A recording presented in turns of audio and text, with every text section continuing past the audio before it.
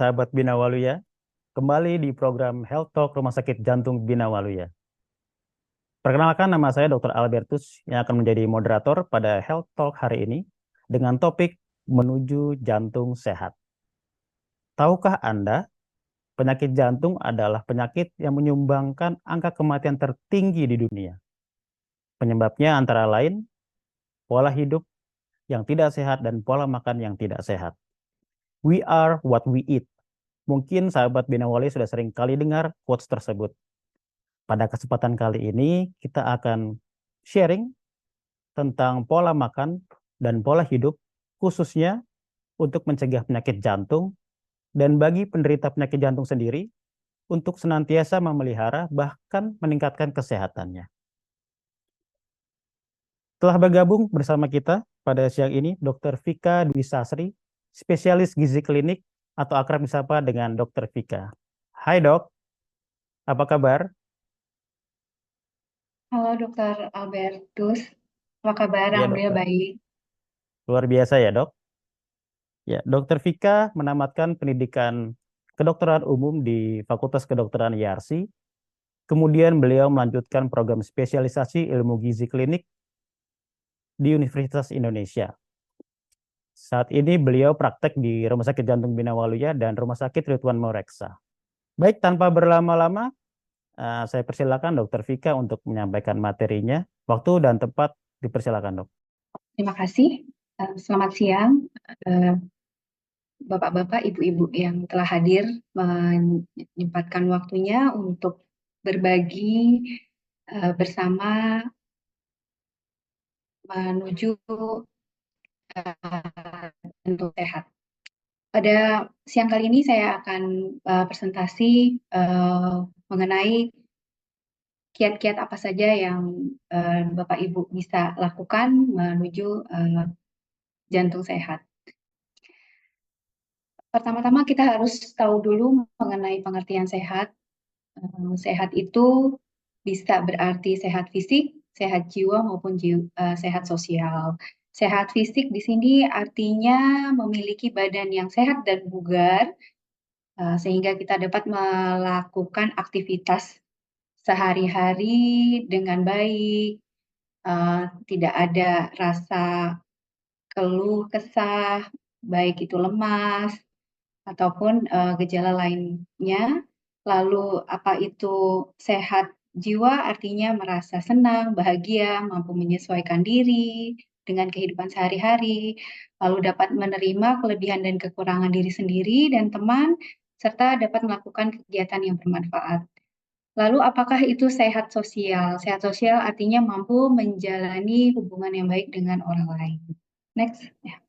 Ini adalah ilustrasi bagaimana kondisi kesehatan penyakit jantung koroner dan risikonya yang terjadi di seluruh dunia. Kita bisa lihat di sini makin coklat dan menuju merah artinya prevalensi penderita penyakit jantung itu semakin besar. Kita bisa lihat di Indonesia sini eh, dikatakan di sini 8.000 sampai 20.000 per 100.000 penduduk mengalami penyakit jantung koroner untuk di Indonesia. Ini untuk prevalensi di Australia, di mana setiap 12 menit penderita penyakit jantung meninggal. Lalu di sini kita bisa lihat juga 1 dari 6 eh, warga di sana menderita penyakit jantung koroner, dan kita lihat di sini juga menghabiskan biaya yang cukup banyak ya untuk pengobatan penyakit jantung ini. Ini adalah resiko yang bisa menyebabkan seseorang menderita penyakit jantung. Kita bisa lihat merokok di mana cukup banyak ya, untuk laki-laki 3 banding 10, untuk perempuan 1 sampai 2 orang banding 10. Lalu obesitas 1 dari 5 yang menderita penyakit jantung untuk menderita obesitas. Lalu peningkatan tekanan darah. Kita bisa lihat dengan meningkatnya tekanan darah juga akan meningkatkan resiko penyakit jantung. Untuk obesitas sendiri, kita bisa lihat di sini prevalensinya yang terus meningkat. Menurut WHO, sekitar di tahun 1980 ada sekitar 10% penduduk menderita obesitas. Lalu terus meningkat di tahun 2010 menjadi 20%, dan terus meningkat diperkirakan di 2025 26% penduduk dunia mengalami obesitas, sedangkan target WHO 20% saja sudah merupakan target di mana prevalensi obesitas di seluruh dunia. Untuk memahami mengenai resiko obesitas yang dapat meningkatkan resiko penyakit kardiovaskular, kita harus memahami dulu prinsip keseimbangan energi. Kita harus tahu betul untuk menjaga berat badan agar tidak terjadi obes, maka intake energi dan energi yang dikeluarkan harus seimbang. Kalau tidak seimbang, maka akan terjadi penumpukan kalori atau energi yang akan menyebabkan terjadi obesitas. Kita lihat di yang sebelah kanan ini, kalau intake-nya lebih ringan dibandingkan energi yang keluar, maka akan terjadi berat badan kurang. Namun sebaliknya, kalau intake kalorinya lebih tinggi dibandingkan pengeluarannya, maka berat badan akan bertambah. Yang perlu diketahui bagaimana cara mengukur apakah kita memiliki berat badan berlebih atau obesitas. Caranya sangat mudah, yaitu dengan mengukur berat badan per tinggi badan kuadrat. Apabila 17 sampai kurang dari 18,5 itu dikatakan kurus, normal di 18,5 sampai 25, lalu gemuk di atas 25, dan dikatakan obesitas di atas 27. Lalu dikatakan obesitas sentral apabila lingkar pinggang pada pria 90 cm dan lingkar pinggang pada wanita lebih dari 80 cm.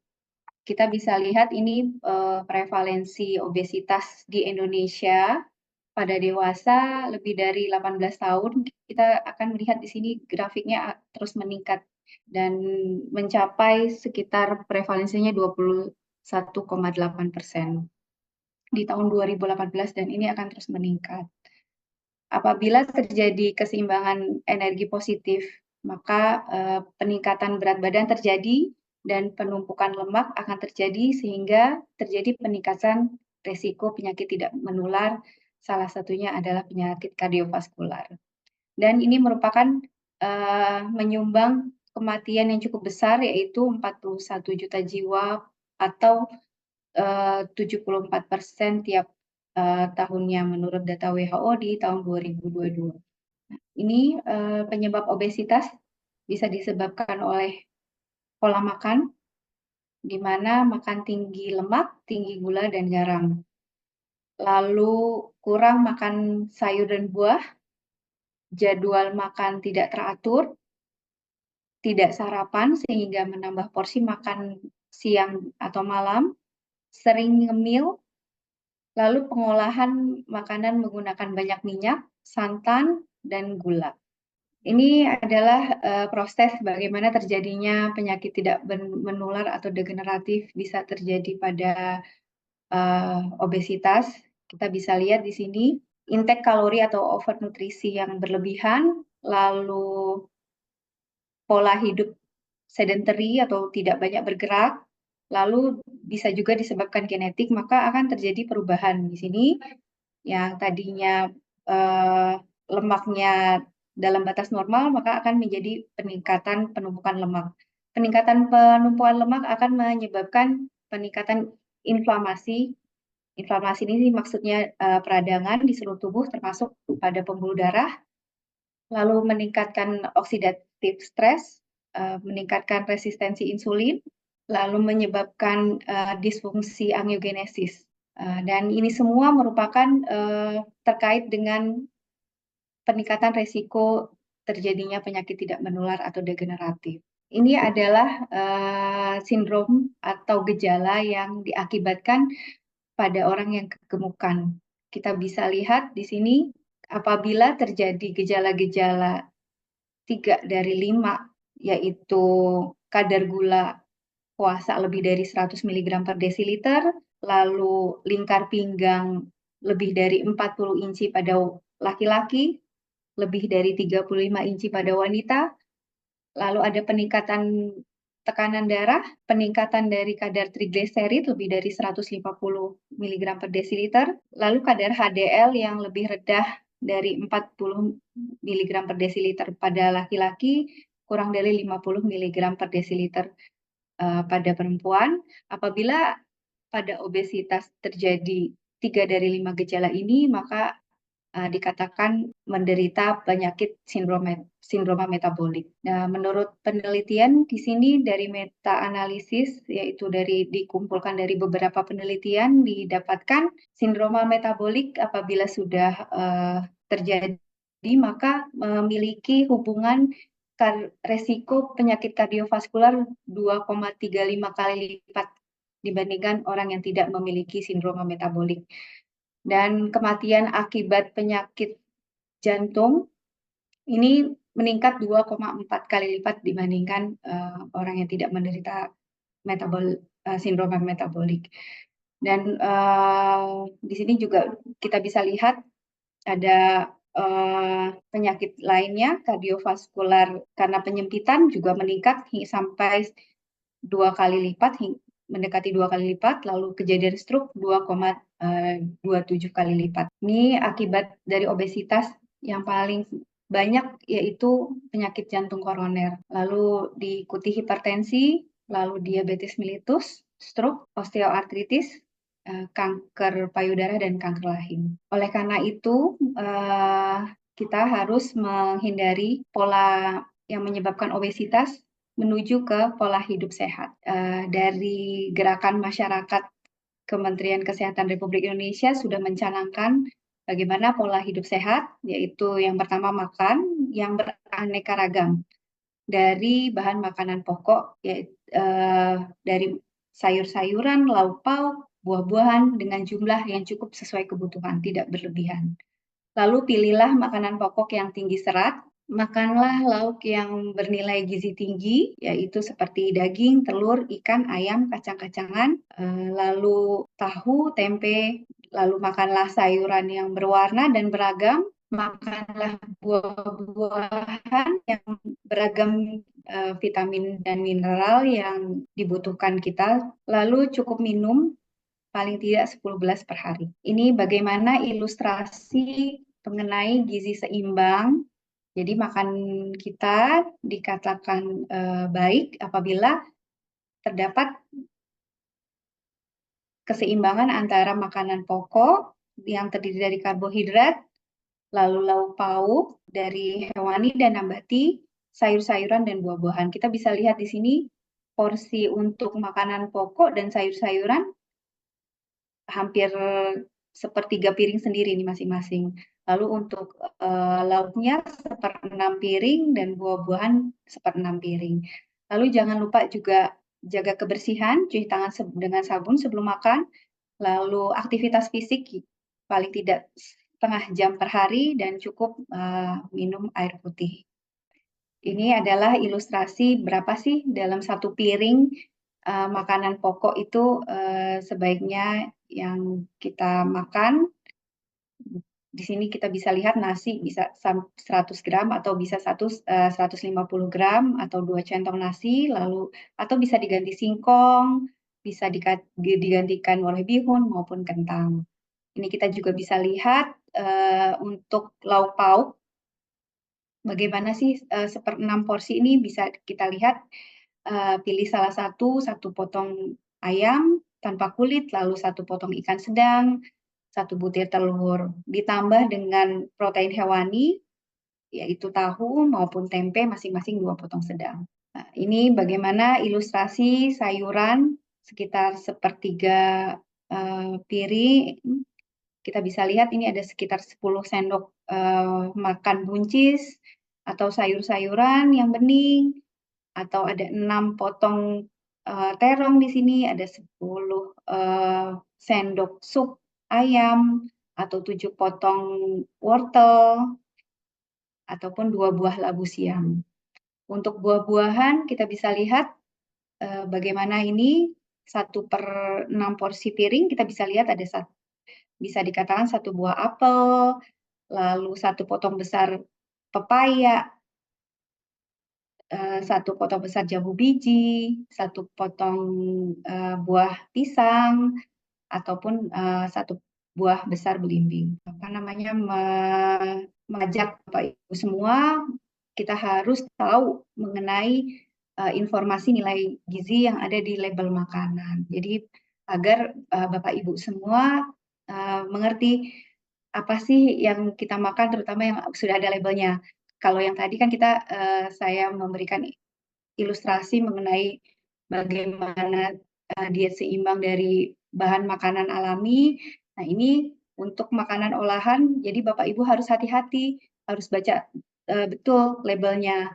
Ini misalkan satu produk berupa mie instan, kita lihat ini kalorinya sangat tinggi. Sekali makan kita bisa memakan sekitar 380 kilokalori. Dengan lemak yang kita makan dari mie ini saja bisa 14 gram. Lalu proteinnya 8 gram, karbohidratnya 54 gram. Padahal rekomendasinya apabila ingin diet seimbang, ini termasuk tinggi kalori. Lemak yang kita harapkan mungkin sekitar 5 gram saja sekali kita makan. Sedangkan pada produk ini bisa sampai 14 gram. Jadi sudah 3 kali lipat dari rekomendasi yang sudah dikatakan seimbang. Belum lagi nanti mie instan ini dimakan sama makanan yang lain berupa gorengan atau telur ceplok, semakin tinggi lagi nilai gizi terutama dari lemaknya. Dan hati-hati pada lemak jenuh. Lemak jenuh ini merupakan penyebab resiko penyakit kardiovaskular. Lalu untuk aktivitas fisik, rekomendasinya adalah minimal untuk intensitas ringan sedang itu 10 menit setiap hari. Lalu untuk intensitas sedang sekitar 30 menit setiap harinya. Ini agar badan kita tetap bugar dan resiko untuk terjadi penyakit degeneratif juga menurun. Kita bisa lihat di sini contoh aktivitas fisik ringan, bisa berjalan santai, lalu bekerja dengan komputer, membaca, menulis, menyetir, mencuci piring, lalu menyetrika, nyapu, ngepel, lalu ini seperti kita melakukan aktivitas sehari-hari. Lalu jangan lupa ada aktivitas fisik intensitas sedang, yaitu jalan cepat, jogging, ya. Terus ada pekerjaan-pekerjaan yang membutuhkan tenaga yang lebih. Ini kita juga diperlukan nih aktivitas fisik intensitas sedang. Jadi nggak hanya intensitas ringan saja, intensitas sedang juga harus kita biasakan. Paling tidak 5 kali seminggu diusahakan untuk tetap melakukan aktivitas fisik intensitas sedang. Next. Ini dia rangkuman dari tipsnya. Intinya adalah tetap melakukan aktivitas fisik setiap hari, lalu diet seimbang, periksa kesehatan secara rutin, biasakan hidup bersih dan sehat. Kalau kita tetap menjaga berat badan, di berat badan ideal, lalu kita yang tadinya berat badannya lebih menjadi normal atau turun berat badannya sehingga menurunkan indeks massa tubuh. Indeks massa tubuh yang tadi sudah dijelaskan, pembagian antara berat badan per tinggi badan kuadrat. Menurut penelitian ini dapat menurunkan tekanan darah, menurunkan profil lipid, kolesterol darah, lalu menurunkan kadar gula darah, menurunkan resistensi insulin. Ini terkait dengan penurunan kadar gula darah, kontrol gula darah pada pasien dengan diabetes, lalu menurunkan inflamasi. Kalau inflamasi sudah atau peradangan, kalau peradangan sudah menurun, otomatis semua marker-marker ini juga akan menurun. Ini menurut penelitian apabila pasien dengan berat badan lebih atau obesitas dapat menurunkan sekitar 5% saja, itu bisa memperbaiki kondisi hipertensi dan hiperglikemia. Hiperglikemia ini kadar gula yang berlebih dalam darah. Lalu apabila penurunan 5-10% saja bisa menurunkan kadar-kadar kolesterol, lalu penyakit dengan fatty liver atau perlemakan hati, dan dapat mencegah terjadinya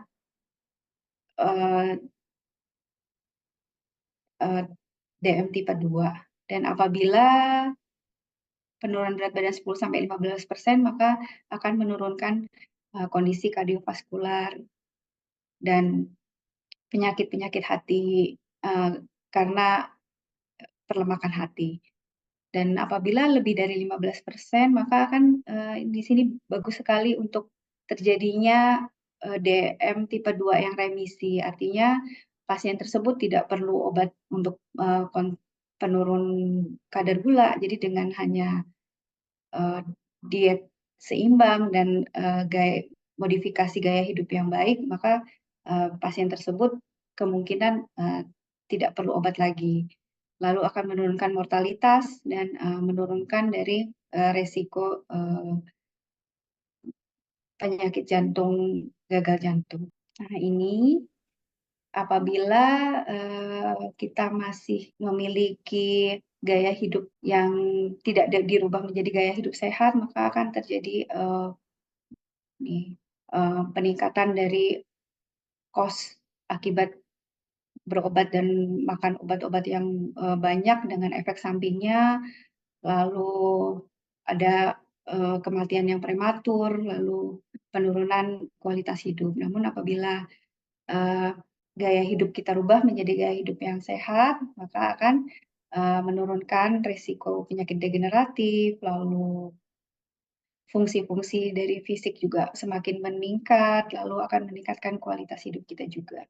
Nah, ini modifikasi gaya hidup yang bisa kita lakukan: stop merokok, lalu turunkan berat badan apabila terjadi peningkatan berat badan berlebih atau obesitas, lalu turunkan kadar gula dengan kontrol yang baik, lalu kontrol dari tekanan darah, jangan lupa aktivitas fisik. Aktivitas fisik sangat baik untuk menurunkan kadar kolesterol dan kadar gula darah yang tidak terkontrol.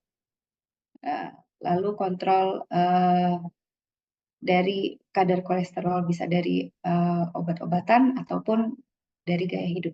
Kesimpulannya, di sini kita bisa lihat penyakit kardiovaskular terus meningkat dari tahun ke tahun. Lalu obesitas merupakan salah satu resiko penyebab kardiovaskular, dan menerapkan pola hidup sehat dapat mencegah obesitas, dan penurunan berat badan dapat memberikan luaran klinis yang baik pada pasien jantung. Next. Terima kasih. Baik, terima kasih Dr. Vika untuk pemaparan yang sangat komprehensif dan mencerahkan sahabat Binawalia sekalian tentang betapa pentingnya menjaga body mass index atau indeks massa tubuh ideal dengan pola makan yang sehat dan lifestyle yang sehat.